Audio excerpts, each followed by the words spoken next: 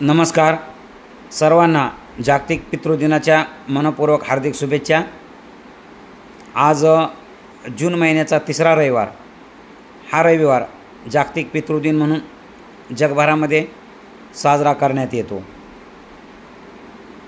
लहान मुलं जी असतात ही क्रिएटिव्ह असतात, ते वेगवेगळ्या साहित्यासोबत खेळत असताना त्यांच्या डोक्यात काही कल्पना असतात आणि त्या पद्धतीनं ती कृती करतात। योगायोग म्हणजे आज जागतिक पितृदिन आणि माझा वाढदिवस काल, म्हणजे काल आणि उद्या ह्या दोन्ही दिवसाच्या उत्सवामध्ये मी केंद्रस्थानी होतो घरात।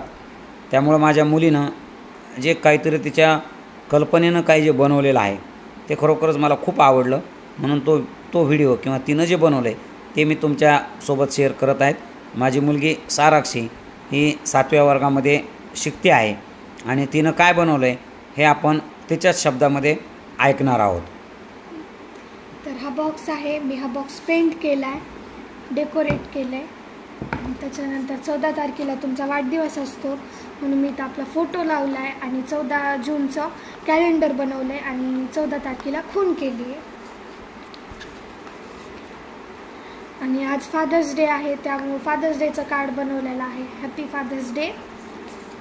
आणि इथे आपला फोटो आहे